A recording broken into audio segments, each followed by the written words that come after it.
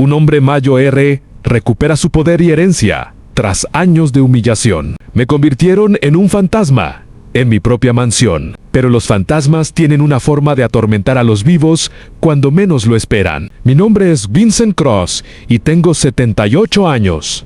Durante las últimas 3 décadas de mi vida, he sido invisible, no del tipo de invisibilidad que te hace desaparecer en el aire, sino del que te arranca cada fragmento de tu identidad, hasta convertirte en nada más que un par de manos, temblorosas y una espalda encorvada. Yo era el hombre que vaciaba los cubos de basura al amanecer, el que fregaba los suelos de mármol hasta sangrar por las rodillas, el que comía sobras en una despensa sin ventanas mientras las carcajadas resonaban desde el gran comedor. Y soporté todo eso dentro de la misma finca que yo había construido con mis propias manos. Cross Manor se extiende sobre 80 hectáreas de campo impecablemente cuidado. Un gigante de piedra caliza con 47 habitaciones y un hombre que solía imponer respeto de costa a costa. Yo diseñé cada ala, elegí cada candelabro y firmé cada cheque cuando se vertieron los cimientos hace 60 años. Mi difunta esposa, Margaret,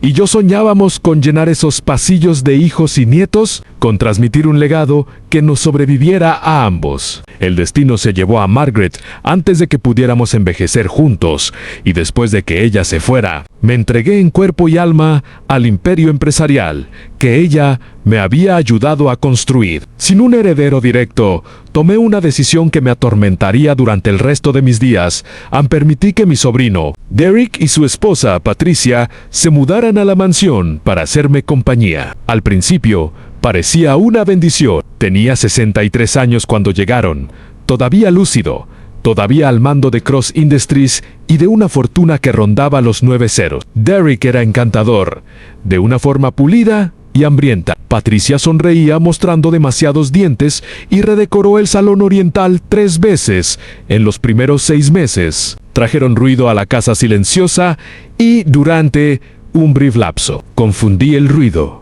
con amor. Les entregué responsabilidades, los invité a las reuniones del consejo e incluso empecé a enseñarle a Derek la maquinaria que movía las empresas. Mirando hacia atrás, le estaba dando las llaves de la caja fuerte a un ladrón mientras le sonreía mientras se las guardaba en el bolsillo. El cambio fue gradual, tan gradual que lo confundí con el declive natural de la edad. Derek comenzó a encargarse de mi correspondencia, insistiendo en que necesitaba descansar. Patricia despidió al personal doméstico que me había servido durante 20 años y los reemplazó con personas que solo le respondían a ella. Apareció un nuevo médico de familia, un hombre nervioso que recetaba pastillas que volvían mis pensamientos perezosos y mi memoria fragmentada. Llegaban documentos legales a un ritmo vertiginoso, y Derek los deslizaba sobre mi escritorio de caoba con una sonrisa amable, diciendo siempre lo mismo en solo rutina: tío Vincent, firma aquí,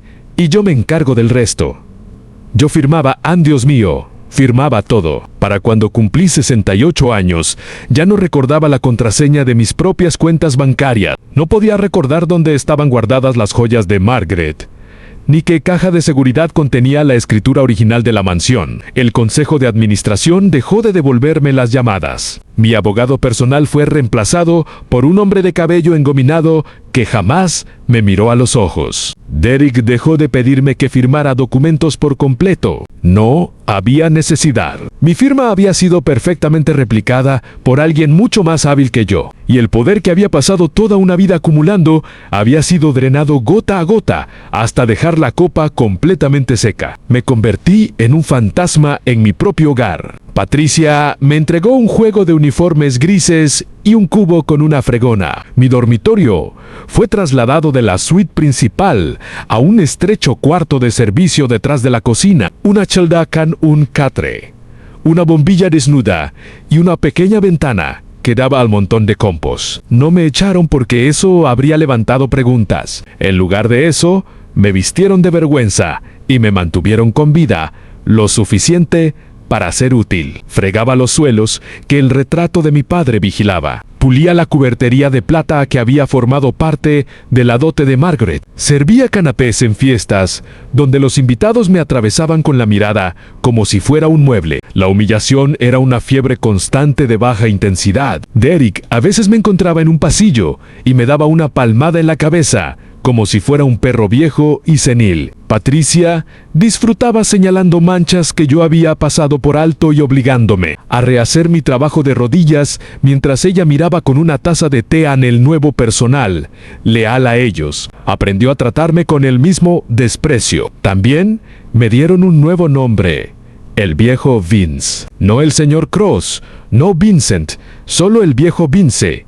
El conserje decrépito que murmuraba para sí mismo y mantenía los ojos en el suelo. Durante años, creí que había perdido la cabeza. Creí que la niebla en mi cerebro era demencia.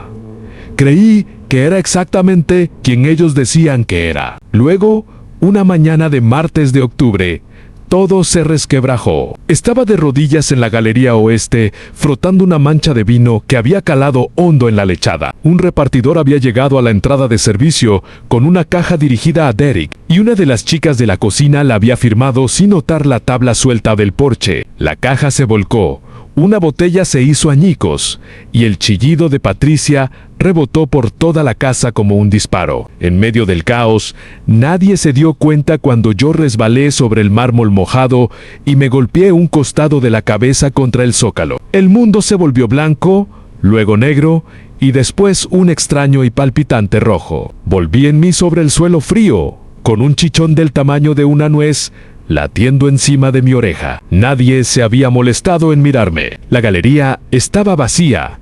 El vino derramado aún se acumulaba alrededor de mis rodillas, pero algo dentro de mi cráneo se había recolocado. La niebla que había sofocado mis pensamientos durante una década empezó a disiparse. Lentamente al principio, como el amanecer quemando una neblina espesa. Recordé la combinación de la caja fuerte de la bodega. Recordé el nombre de mi primer capataz. Recordé la fecha exacta en que Margaret y yo compramos el terreno de la mansión. Y luego, con una claridad que me hizo doler el pecho, recordé el libro de contabilidad oculto. 40 años atrás, cuando todavía era un joven titán que no confiaba en nadie, había llevado un segundo juego de libros. No por impuestos, no por fraud, sino por memoria. Registraba cada transacción, cada trato de palabra, cada promesa de trastienda y cada traición. Ese libro nunca fue digital, nunca fue escaneado. Jamás se lo mencioné a una sola alma. Lo había sellado en una caja ignífuga y lo había escondido dentro de la repisa de madera tallada de la chimenea de la biblioteca. Una repisa que diseñé con un panel falso que solo yo sabía cómo abrir. El panel se activaba presionando una secuencia de nudos ocultos en la caoba. Un código que había fijado cuando mis dedos todavía eran fuertes y mi mente era una fortaleza. Esa noche, cuando la casa quedó en silencio, me moví por los pasillos oscuros, con una cautela nacida de años de servidumbre. Conocía cada tabla que crujía, cada bisagra suelta, cada ángulo de las cámaras. El sistema de seguridad había sido mejorado 2 veces desde que perdí el control, pero nadie se había molestado en apuntar una lente hacia la biblioteca, tal como estaban las cosas. ¿Por qué iban a hacerlo? Los libros viejos y los muebles polvorientos no tenían interés para los ladrones. Me deslicé dentro, cerré la pesada puerta de roble detrás de mí y crucé hasta la gran chimenea de piedra. Mis manos temblaban, no por debilidad, sino por esperanza. Una sensación tan extraña que casi me detiene el corazón. Presioné los nudos en el orden que había memorizado en el tercero desde la izquierda, luego el inferior derecho, luego el nudo central 2 veces. Un suave clic susurró en el silencio, y un panel delgado se abrió hacia afuera. Dentro, exactamente donde lo había dejado, estaba la caja metálica. La saqué con la reverencia de un hombre que manipula una reliquia sagrada. Dentro había 2 cosas: el libro de contabilidad forrado en cuero, con sus páginas amarillentas pero intactas, y un sobresellado que contenía una copia de mi testamento original, el que era anterior a todos los documentos que Derek había falsificado. El testamento nombraba a un albacea diferente, un bufete de abogados en una ciudad a casi 500 kilómetros de distancia. Un bufete que no tenía ninguna relación con el hombre de cabello engominado que ahora administraba mi patrimonio robado. También contenía una llave de la caja de seguridad número 307 del First Mercantile Bank de Ashton, una caja que guardaba bonos al portador, activos no registrados y una carta de instrucciones que solo podía activarse en persona con mi mano viva. Me senté en el hogar frío, con la caja en el regazo, y por primera vez en 30 años lloré. No eran lágrimas de desesperación, sino lágrimas de reivindicación. El hombre al que llamaban el viejo Vince todavía respiraba, pero Vincent Cross estaba despertando. La humillación que habían derramado sobre mí no me había ahogado, me había preservado como un fósil esperando ser desenterrado. Leí el testamento 2 veces, repasando los trazos familiares de mi propia firma. La herencia, las empresas, las tierras, todo revertía a mí bajo condiciones que ningún tribunal podría ignorar. Siempre que pudiera probar el fraude, y el libro de contabilidad era un mapa detallado de cada movimiento ilegal que Derek había hecho jamás. Sabía que no podía simplemente salir por la puerta principal. El equipo de seguridad de Derek me detendría antes de que alcanzara las verjas. Necesitaba un plan, uno que moviera las piezas al lugar correcto sin alertar al enemigo. Había que contactar al bufete de abogados de Ashton, pero yo no tenía teléfono, ni ordenador, ni forma de llegar a ellos sin levantar sospechas. El único aliado que tenía era el tiempo, y la única arma era la paciencia. Con cuidado, devolví la caja a su escondite, presionando el panel hasta cerrarlo de manera indistinguible de la madera circundante. Me deslicé de vuelta a mis aposentos de sirviente, justo cuando la primera luz gris del amanecer se deslizaba sobre el montón de compost. El día que siguió fue el más largo de mi vida. Fregué el mismo pasillo 3 veces, moviéndome como un autómata mientras mi mente corría a través de la logística. El correo de la mansión se recogía cada mañana a las 9 por un mensajero que venía directamente desde la oficina de correos del pueblo. Si podía deslizar una carta en la pila de salida sin que nadie lo notara, sería sellada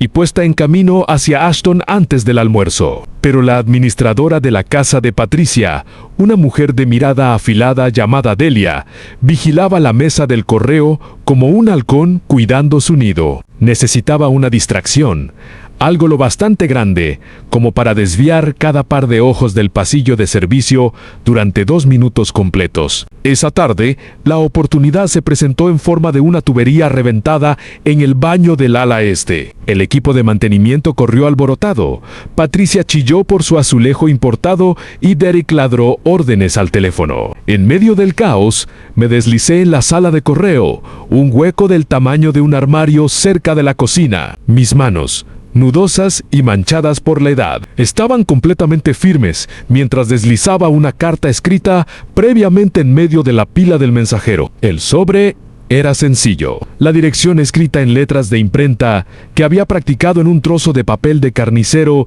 en la oscuridad de la noche. Lo coloqué entre 2 catálogos y desaparecí de vuelta a la madriguera de los sirvientes, antes de que nadie notara que me había ido. 2 días después, mientras pulía la barandilla de latón de la gran escalera, vi el camión del mensajero alejarse con mi esperanza sellada en su vientre metálico. Una respuesta tardaría al menos una semana, suponiendo que el bufete aún existiera, suponiendo que mi nombre todavía tuviera peso en aquella ciudad tranquila, suponiendo que el mundo no hubiera olvidado del todo a Vincent Cross. Esa semana sería mi purgatorio, pero yo había vivido 3 décadas de humillación. 7 días de espera se sentían como un suspiro. Continué con mis deberes, la cabeza gacha, las rodillas doloridas, mientras dentro de mi pecho un reloj avanzaba hacia el ajuste de cuentas. Durante las comidas, observaba a Derek engullir costillas de primera, mientras ignoraba al anciano que le había dado todo. Observaba a Patricia cubrirse con las perlas de Margaret, las mismas perlas que mi esposa había usado el día de nuestra boda. Cada desaire,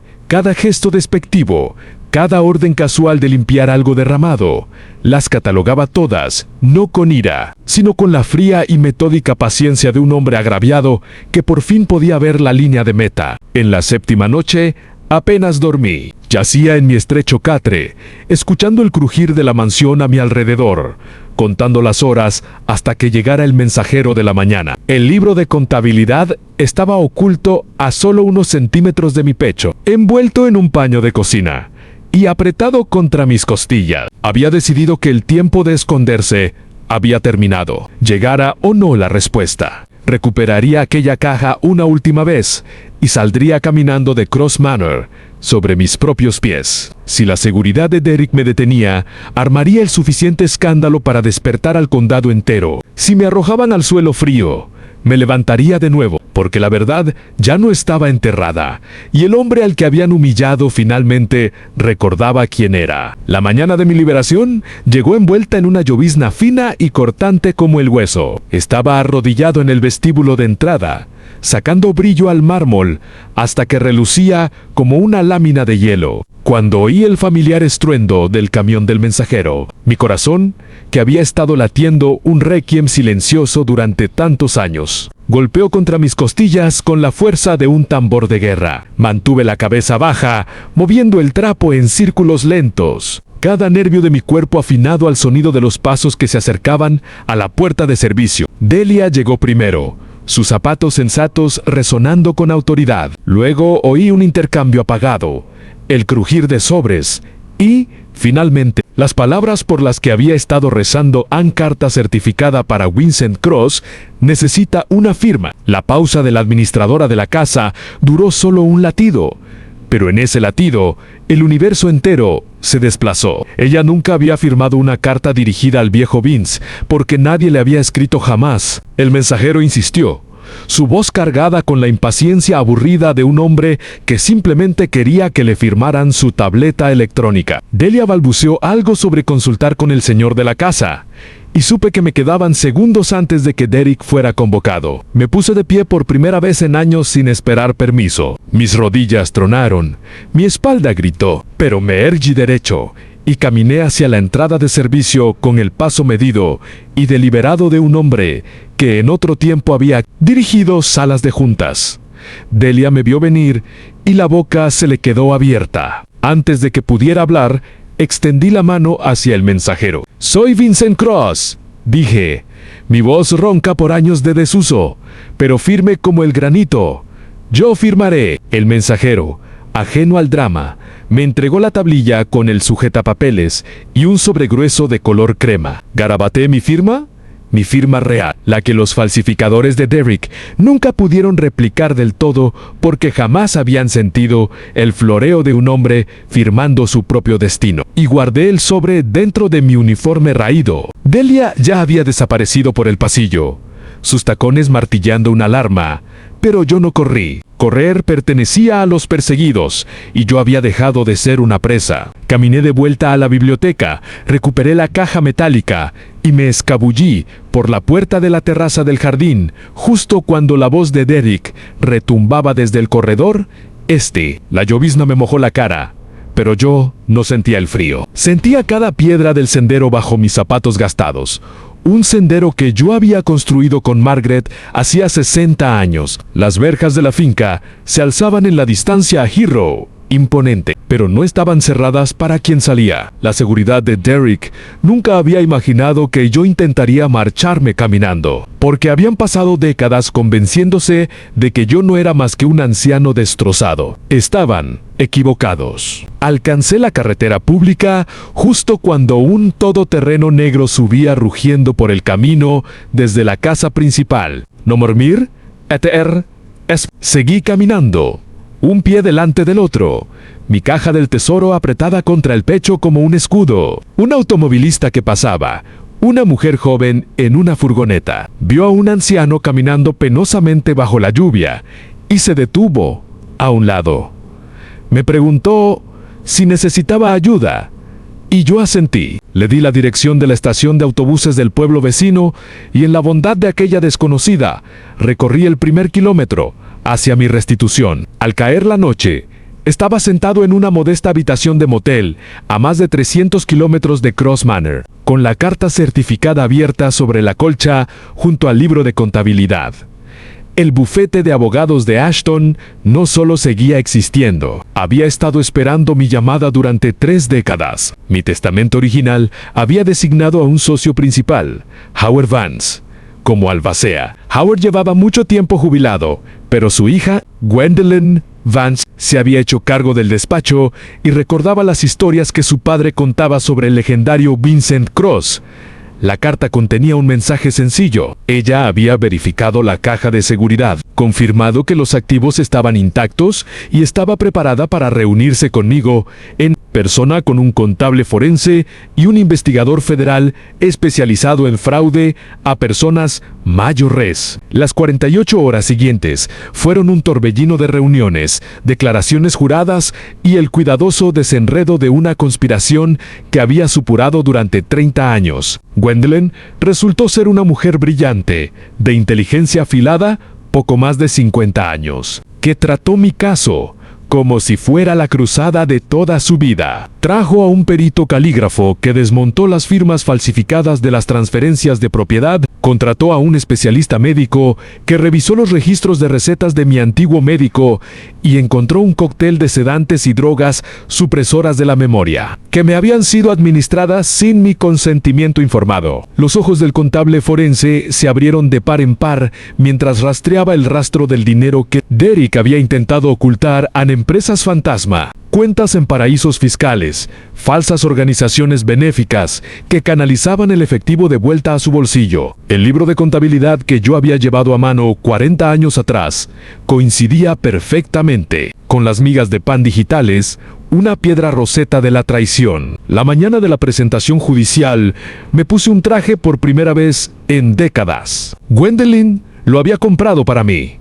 Un gris carbón con una sutil raya diplomática, y cuando me miré en el espejo del motel, no vi al viejo Vincent Bay, a Vincent Cross, de 78 años, espalda recta, ojos claros y una mandíbula firme con la furia silenciosa de un hombre que había sido paciente el tiempo suficiente. Condujimos hasta el juzgado del condado en Ashton y presentamos una pila de documentos lo bastante gruesa para atragantar a un caballo. Mociones para congelar las cuentas de Derek, una demanda civil por fraude e influencia indebida, una remisión penal por abuso de personas mayo res y una petición de urgencia para restaurar mi autoridad legal sobre el patrimonio. El tribunal actuó con una velocidad sorprendente una vez que se presentaron las pruebas. Un juez que había conocido mi nombre en su juventud concedió de inmediato una orden de restricción temporal que prohibía a Derek y Patricia vender cualquier activo. Los desalojaba de la mansión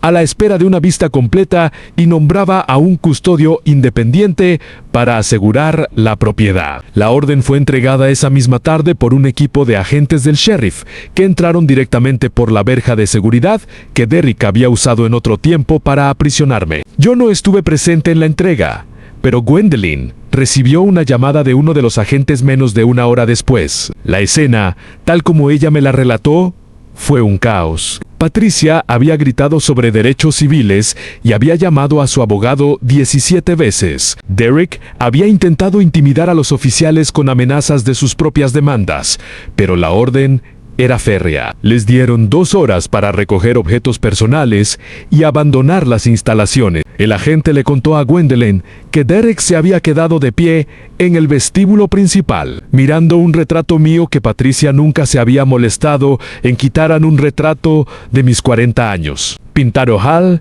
leo donde yo lucía poderoso y sin sonreír. Escupió en el suelo y salió.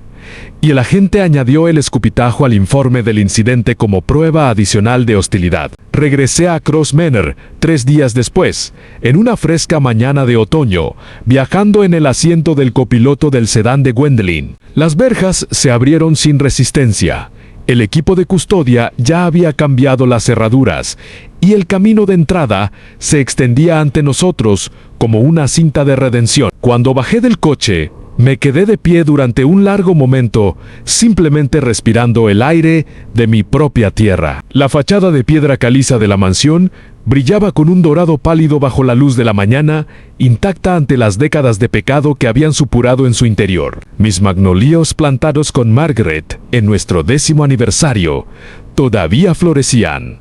La fuente del patio aún murmuraba. El mundo había esperado por mí. Dentro, la casa se sentía vacía, pero limpia. El personal de custodia había retirado los muebles ostentosos de Derek, los televisores enormes y las monstruosidades de cuero que Patricia llamaba arte moderno. Lo que quedaba eran los huesos de mi hogar, las columnas corintias, la biblioteca de caoba, la chimenea con su compartimento secreto. Recorrí cada habitación, tocando paredes que contenían recuerdos como flores prensadas. En la suite principal de la que había sido desterrado durante 30 años, encontré las perlas de Margaret tiradas en el suelo cerca del armario, abandonadas en el embalaje frenético. Las recogí, su peso familiar, y las deposité en la mesita de noche, donde pertenecían. Los meses siguientes fueron un maratón de victorias legales. El Tribunal Civil falló a mi favor de manera tan contundente que los abogados de Derek